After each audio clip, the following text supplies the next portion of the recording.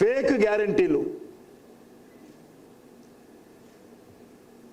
అమలుకు సాధ్యం కానటువంటి గ్యారెంటీలు, కాంగ్రెస్ పార్టీకి చేతగాని గ్యారెంటీలు, ఓట్ల కోసమే ఇచ్చినటువంటి గ్యారెంటీలు, ప్రజలను మభ్యపెట్టడం కోసమే ఇచ్చినటువంటి గ్యారెంటీలు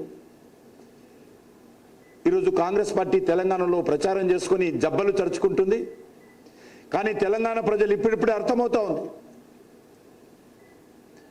ఈ యొక్క కాంగ్రెస్ గ్యారెంటీలు ఏవి కూడా హిమాచల్ ప్రదేశ్లో అమలు చేయలేదు, కర్ణాటకలో టోటల్ 100% ఫెయిల్యూర్ అయ్యారు,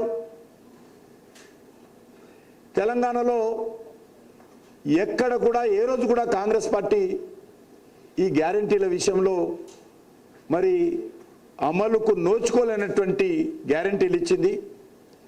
ఏమైనా సరే, ఏదైనా చెప్పైనా సరే ఆవురావురమంటూ ఈరోజు కాంగ్రెస్ పార్టీ అధికారంలో రావాలనేటువంటి ఒక దుర్మార్గపు ఆలోచనే తప్ప తెలంగాణ పట్ల, తెలంగాణ అభివృద్ధి పట్ల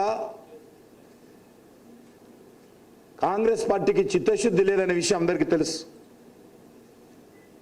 అందుకే భారతీయ జనతా పార్టీ ఎన్నికల ప్రణాళిక చెప్పిందే చేస్తాము, చేసేదే చెప్తాము.